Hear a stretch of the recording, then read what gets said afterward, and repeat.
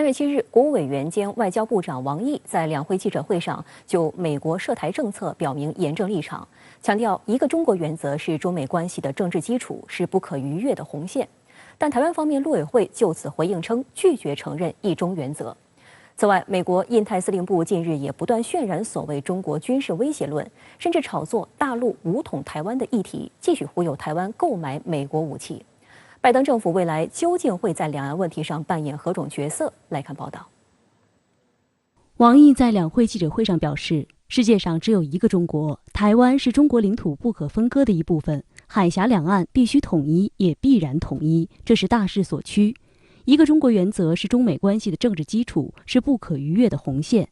中国政府在台湾问题上没有妥协余地，没有退让空间，敦促美国新一届政府充分认识台湾问题的高度敏感性，切实恪守一个中国原则和中美3个联合公报，彻底改变上届政府越线玩火的危险做法，慎重和妥善处理涉台问题。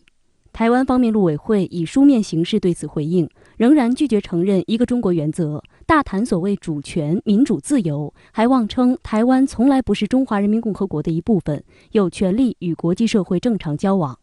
中国大陆和美国现在都已经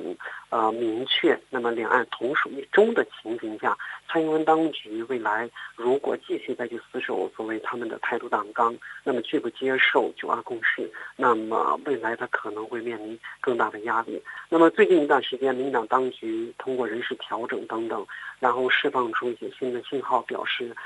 要去推动两岸关系春暖花开。那我必须强调的是，没有9·2共识，两岸就没有春暖花开。而美国方面一直企图在利用台湾问题牵制中国大陆，在背后推动台当局以美抗陆的同时，也在鼓吹炒作大陆武统台湾的议题。即将卸任的美国印太司令部司令戴维森周二在美参议院军事委员会听证会上，就美国对中国大陆可能武统台湾是否做好准备接受质询。戴维森声称，印太军事平衡已变得更加不利于美国，中国已经大力发展了军备，并且将拥有的能力和目标结合了起来。戴维森还鼓吹中国大陆可能试图在这个10年甚至6年后控制台湾。在回答参议员有关美国如何保证台湾防务安全问题上，戴维森提议，美国应该重新考虑所谓对台模糊策略，从专业角度帮助台湾，具体解决台湾一些军事上遇到的问题，比如帮助台军建立更好的后备力量、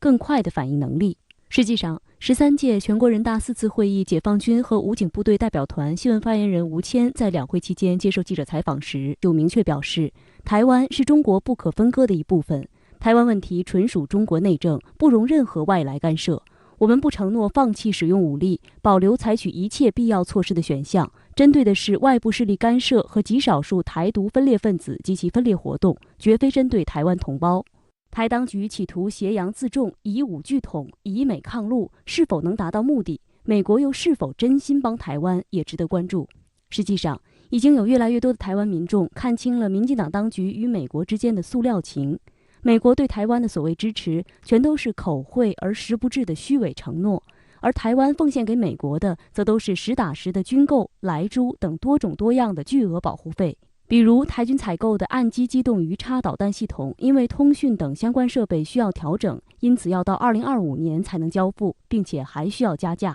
去年10月26号，美国国务院批准售台最多100套鱼叉反舰导弹系统，其中包含400枚鱼叉反舰导弹、100辆发射车、25套雷达车、4枚遥测弹，总价约23.7亿美元。台湾海军去年建立迅捷专案，编列约17.7亿美元，计划分5年采购100辆载具和100枚鱼叉，剩下的300枚鱼叉则分配到台军一般采购经费。由于这项军购案原并不在台军战规司制定的5年兵力整建案中，对此外界解读这次鱼叉采购案是美方硬塞给台湾，通过订单拯救波音。台湾军方与这个美方就是在炒作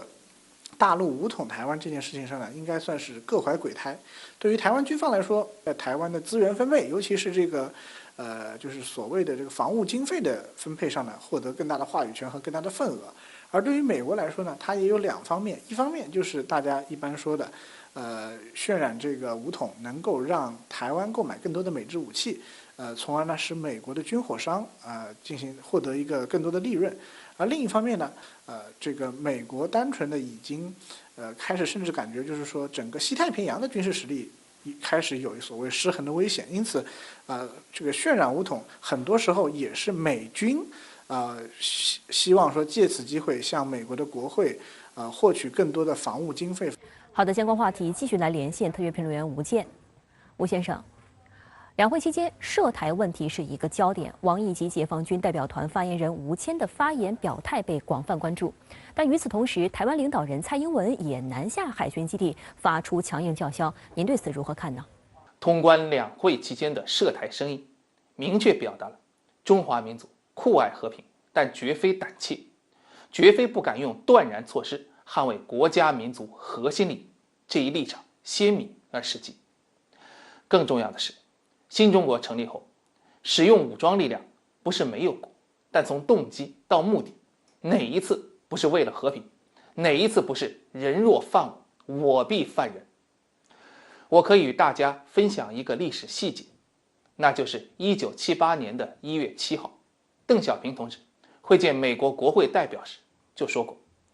解决台湾问题就是两只手，两种方式都不能排除，力争用右手争取和平方式，用右手大概力量要大一些，实在不行还得用左手即军事手段。那么第2年呢，邓小平同志在会见美国记者时又重申了，我们当然力求用和平方式来解决台湾问题，但究竟可不可能，这是一个很复杂的问题。在这个问题上，我们不能承担这么一个义务，除了和平方式以外，不能用其他方式来实现统一祖国的愿望。我们不能把自己的手捆起来，如果我们把自己的手捆起来，反而会妨碍和平解决台湾问题这个良好的愿望。如果台湾当局受到某种鼓励，有恃无恐，根本不和我们对话，怎么办？难道我们能够放弃国家统一？40多年后的今天，我希望台湾的某些人，还有大洋彼岸的一群人，好好回味一下，走不走死路，请你们用头脑而不是意识形态好好想想。好的，谢谢吴先生在线与我们分享您的观点，谢谢。